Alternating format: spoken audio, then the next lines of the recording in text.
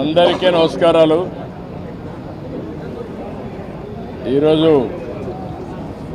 నేను అదేవిధంగా జనసేన అధినేత పవన్ కళ్యాణ్ గారు కలిసి ఎలక్షన్ కమిషన్ కలిసాం. అన్ని విషయాలు కూడా చాలా స్పష్టంగా వారికి ఎక్స్ప్లెయిన్ చేశాం. నా సుదీర్ఘ రాజకీయ చరిత్రలో కానీ పవన్ కళ్యాణ్ గారు కూడా రాజకీయాల్లోకి రావడమే కాకుండా రాజకీయాలను వాచ్ చేస్తూ ఉండడం కానీ ఇవన్నీ చూసిన తర్వాత ఎప్పుడూ జరగనటువంటి అరాచకాలు జరుగుతున్నాయి. ప్రజాస్వామ్యాన్ని అపహాస్యం చేసే పరిస్థితికి వస్తున్నారు. ఇంతవరకు మీరు చూస్తే కేసులు అయితే మా మీద విపరీతంగా బుక్ చేసి అంటే ఎక్కడ కూడా పనిచేయకుండా చేయడం కోసం రాజకీయ పార్టీల్ని రాజకీయ పార్టీల కార్యకర్తల్ని లేకుంటే అందులో పనిచేసే వ్యవస్థని మొత్తం సర్వనాశనం చేయాలి, నిర్వీర్యం చేయాలని ప్రయత్నం చేశారు. ఇప్పుడు ప్రజల్లో ఉండే తిరుగుబాటు చూసిన తర్వాత హోల్సేల్గా ఓటర్స్ అందరినీ మార్చేయడం, దొంగ ఓట్లు వేసుకోవడం ఇలాంటివి చేస్తే తప్ప సాధ్యం కాదనే కంక్లూజన్కి వచ్చారు. ఈరోజు ఒక ఎగ్జాంపుల్ ఇచ్చాం. ఒక్క చంద్రగిరిలో ఫామ్ 6 కింద 1,15,000 ఓట్లు ఇచ్చారు. దాంట్లో దగ్గర 33,000 ఓట్లు ఆమోదించారు. దాంట్లో వేరే నియోజకవర్గంలో విత్ ఎవిడెన్స్ అన్నీ కూడా మేము పెట్టాం. అవన్నీ కూడా వారికి ఎక్స్ప్లెయిన్ చేశాను. అదే మరిగా స్టేట్ ఎలక్షన్ కమిషనర్ ఆ రోజు పడిన అవస్థ కానీ కడాన ఆయన డ్యూటీ కండక్ట్ చేయడానికి ఆయన విధి నిర్వహించడానికి సెంట్రల్ హోమ్ మినిస్టర్ని అడిగాడు ప్రొటెక్షన్ కోసం. కుటుంబాన్ని ఆయనకు సెక్యూరిటీ కావాలని అడిగే పరిస్థితి అవి కూడా ఇచ్చాం. ఫైనల్గా మేము రిక్వెస్ట్ చేసింది వారిని ఒకటే చెప్పాం, ఏదైతే ఎలక్షన్ డ్యూటీ కేసే ఆఫీసర్ని సెలక్షన్ ప్రాసెస్లో కాకుండా ఆల్ ఇండియా లెవెల్లో చేసే బెస్ట్ ప్రాక్టీసెస్లో ఎంపిక చేసుకోవాల్సిన అవసరం ఉంది. ఈరోజు సెలక్షన్ ప్రాసెస్ ఎందుకన్నానంటే ఆల్ ఇండియా లెవెల్లో టీచర్స్ని, గవర్నమెంట్ ఆఫీసర్స్ని, అనుభవం ఉండే వ్యక్తులు పెట్టుకుంటారు. వాళ్ళందరినీ లేదని చెప్పి వాళ్ళని మేము ఇవ్వలేమని గవర్నమెంట్ చెప్పి కడాన ఎన్నికలను అపహాస్యం చేసే విధంగా సచివాలయ స్టాఫ్తో వాలంటీర్లతో కండక్ట్ చేయాలని ప్రయత్నం చేస్తున్నారు. అంటే ఇటీవల వీళ్ళు నామినేట్ చేసిన వ్యక్తులతో పెట్టుకొని వీళ్ళు చేసే అన్ని తప్పుడు పనులు వాళ్ళ దగ్గర చేపించాలని. అదే సమయంలో మీరు చూస్తే విఎల్ఓలుగా అంటే బూత్ లెవెల్ ఆఫీసర్స్ ఒకప్పుడు టీచర్లు చేసేవాళ్ళు, ఆఫీసర్లు చేసేవాళ్ళు. ఎక్కడ కూడా ఒక్క మిస్టేక్ కూడా ఉండేది కాదు. That is their duty. దానిపైన చాలా స్పష్టంగా ఆదేశాలు కూడా ఉన్నాయి.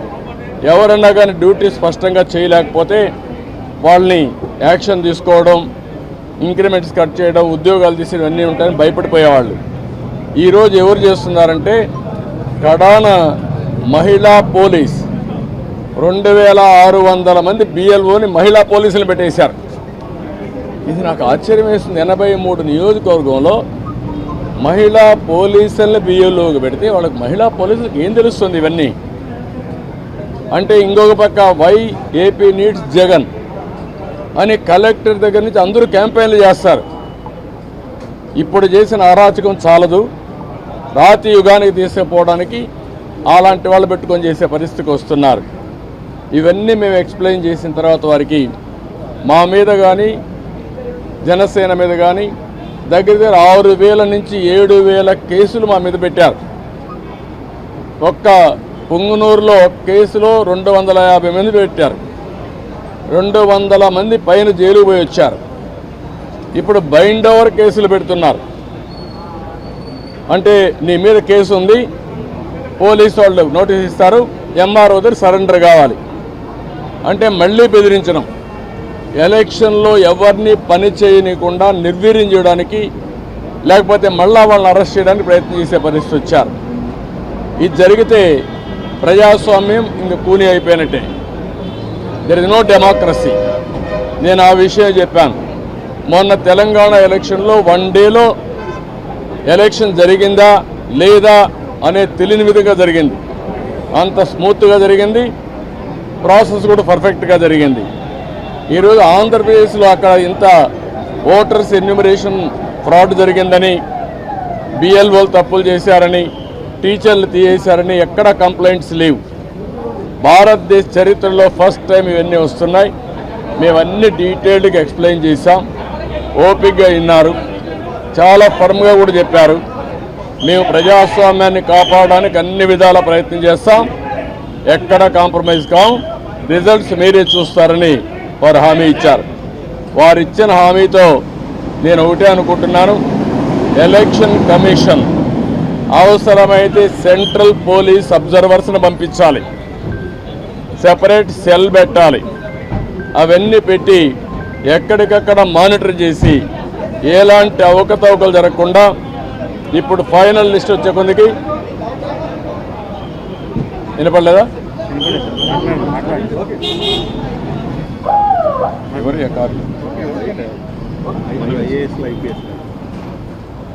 ఎప్పటికప్పుడు మానిటర్ చేయాల్సిన అవసరం ఉంది. ప్రజాస్వామ్యం కోసం మా ప్రయత్నాలన్నీ మేము చేస్తున్నాం, ఇంకా చేస్తాం. దాని గురించి సందేహం లేదు. ఒక్క ఓటు దొంగ ఓటున్న ఎలక్షన్ కమిషన్ దృష్టికి ఎప్పటికప్పుడు తీసుకుపోవడమే కాకుండా వీళ్ళు చేసే ప్రతి ఒక్క తప్పుడు పనిని మేము ప్రతిఘటిస్తాం, ప్రజాస్వామ్యాన్ని పరిరక్షించుకుంటాం. అదే సమయంలో ఎవరిని వదిలిపెట్టాం. కడాన కోర్టుకు కూడా వెళ్ళి తప్పు చేస్తే మాత్రం శిక్ష పడే వరకు ముందుకు పోతామని చెప్పి విజ్ఞప్తి చేస్తున్నా. We are confident. ఎలక్షన్ కమిషన్ అయితే పేషెంట్గా వినడమే కాకుండా వారు 5 కోట్ల మంది కంటే 4 కోట్ల ఓటర్స్ ఉన్నారు. వారందరికీ ఒక భరోసా ఇచ్చినట్టు వాళ్ళు భరోసా ఇచ్చారు. అది అమలవుతుందనే ఆశాభావంతో ముందుకు పోతున్నాం. తెలంగాణలో వేసిన ఓటర్లు చాలా మంది ఏపీలో కూడా ఓటు నమోదు చేస్తున్నారు. రీఎంట్రీ ఓట్లు ఎక్కువ ఉన్నాయని వైసీపీ.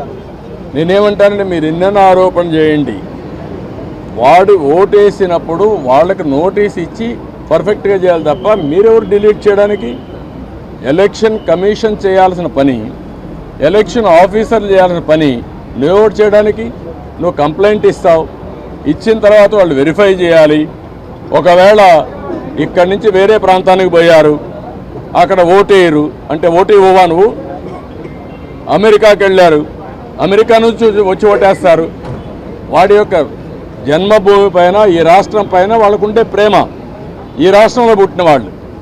అంతేగాని నువ్వు కర్ణాటకకు పోయావు, నువ్వు ఓటేయడానికి వీల్లేదు, నువ్వు ఉపాధి కల్పిస్తే ఇక్కడే ఉంటారు, అవకాశాలు కల్పిస్తే ఇక్కడే ఉండేవాళ్ళు. ఎందుకు పోయారు? అవకాశాలు లేకుండా పోయారు. అలాంటి వాళ్ళకి మేము ఓటు ఇవ్వమంటే కరెక్ట్ కాదు. అది వెరిఫై చేసుకోవాలి. అక్కడ వేయకుండా ఇక్కడ వేస్తే ఎలాంటి తప్పులు.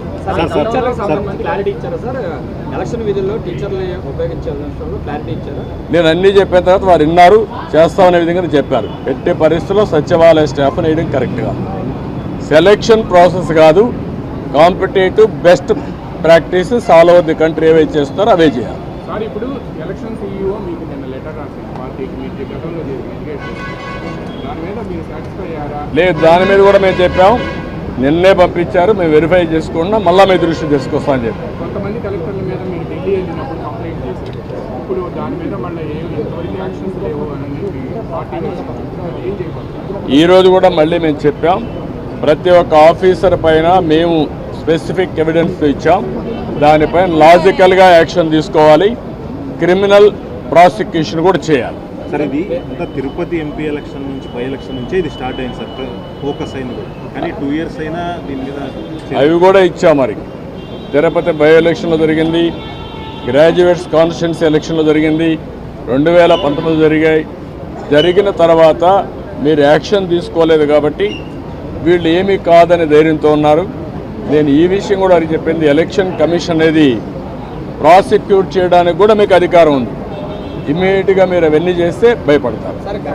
మొత్తం 1,30,000 వచ్చింది ఫామ్ 7 కానీ, బట్ దాంట్లో 25,000 యాక్సెప్ట్ చేశారని బట్ మిగతా వాటికి సంబంధించి ఈ రోజు వరకు యాక్షన్ లేదు అని చెప్పి అక్కడ నాని వాళ్ళు అమన్ మీద చెప్పారు. దాని మీద ఏమైనా ఆ విషయం కూడా వారికి చెప్పాను. ఆయన అరెస్ట్ చేశారు. ఎవరైతే ఓటర్స్ బోగస్ ఉన్నాయని చెప్పి ఎక్కడికెక్కడ పోరాడుతూ ఉంటే అది కరెక్ట్ చేయకుండా అతను అరెస్ట్ చేయడం అనేది ఎక్కడికి పోతానని చెప్పి అడిగాను. ఆ డీటెయిల్స్ కూడా వారికి ఇచ్చాం. ఆ రిప్రజెంటేషన్ నాకు వచ్చింది. వెరిఫికేషన్తో సహా మొత్తం డీటెయిల్స్ ఇచ్చాం.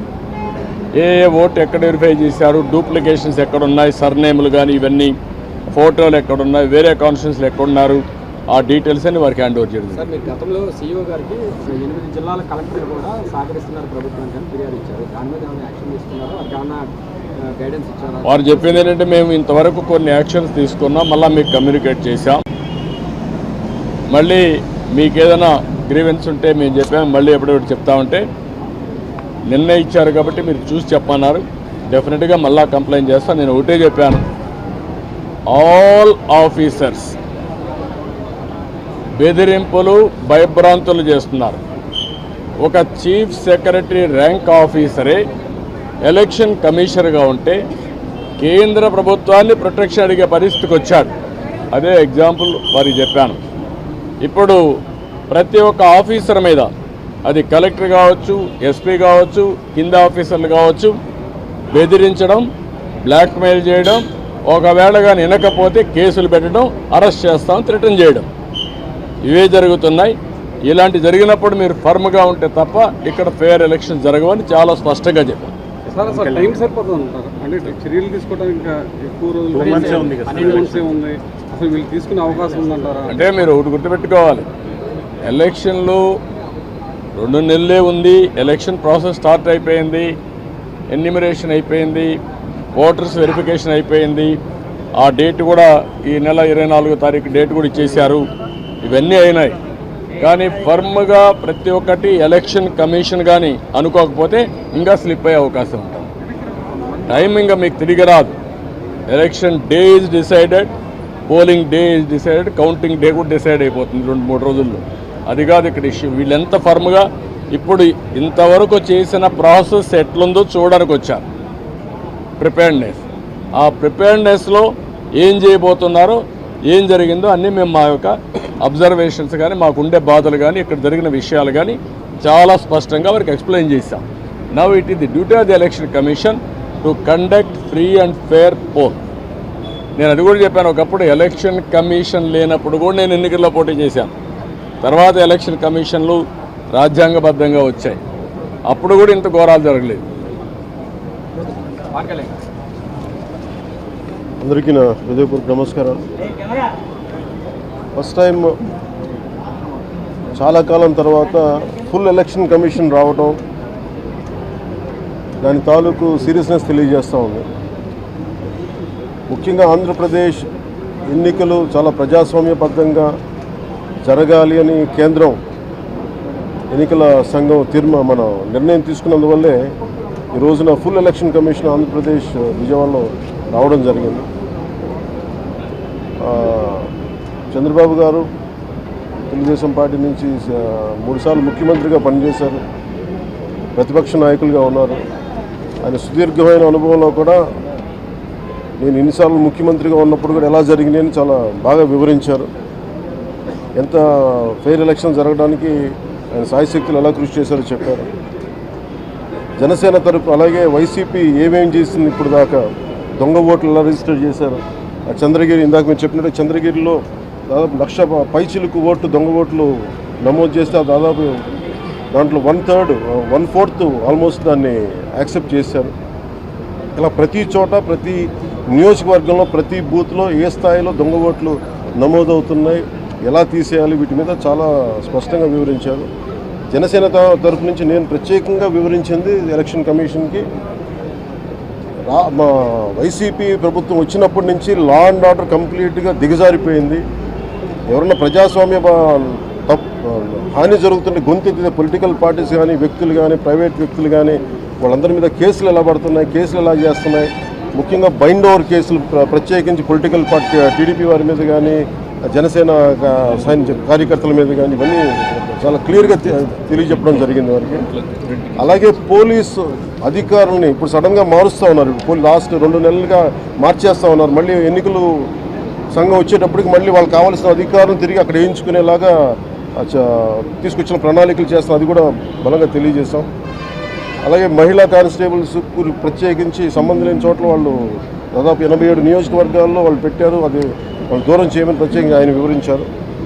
నేను ఇంకోటి ప్రత్యేకించి నేను చెప్పింది ఏంటంటే వాలంటీర్స్ అనేది విలేజ్ సచివాలయం అనేది ప్రత్యేకించి అది యాంటీ కాన్స్టిట్యూషనల్ బాడీ. వాళ్ళని దయచేసి ఎన్నికల సమయంలో వాళ్ళని ఉపయోగించొద్దని చెప్పి ప్రత్యేకించి విన్నవించాం. అలాగే మేము కోరుకుంది ఏంటంటే మీరు కనుక సంపూర్ణంగా దీని వైపు చూడకపోతే, దీనికి పారదర్శకత కన్నా దీని ఎలక్షన్లు చేయకపోతే ఇక్కడ ప్రజాస్వామ్యం కూని అయిపోద్ది, ఇక్కడ హింస ఎక్కువైపోద్ది. అలాగే గత స్థానిక ఎన్నికల్లో కూడా ఏ స్థాయిలో కనీసం ఒక దళిత యువకుడు లాంటి ఒక కనీసం నామినేషన్ వేసే పరిస్థితుల్లో కూడా లేదు. అందరినీ చేశారని చెప్పి ప్రత్యేకించి అది వివరించాం. ఖచ్చితంగా వాళ్ళు ఒకటే ఎన్నికల ప్రధానాధికారి ఒకటే చెప్పారు ఆయన CEO, మేము చాలా కట్టుబడి ఉన్నాం, ఫ్రీ అండ్ ఫెయిర్ ఎలక్షన్ జరిగేలా కట్టుబడి ఉన్నాం అని చెప్పి అంత భరోసాగా ఎప్పుడు మాట్లాడరు. ఖచ్చితంగా ఇది కేంద్రం చాలా సీరియస్గా తీసుకున్న ఆంధ్రప్రదేశ్ ఎలక్షన్స్లోనే తెలియజేస్తూ ఉంది. ఈసారి ఫ్రీ అండ్ ఫెయిర్ ఎలక్షన్స్ ఉంటాయి, ప్రభుత్వాలు మారుతాయి అనే నేను మనస్ఫూర్తిగా నమ్ముతున్నాను. అలాగే ఈ పరిస్థితుల్లో కేంద్ర ఎన్నికల సంఘం ప్రధానాధికారులందరికీ కూడా ప్రత్యేక ధన్యవాదాలు తెలియజేసుకుంటాను.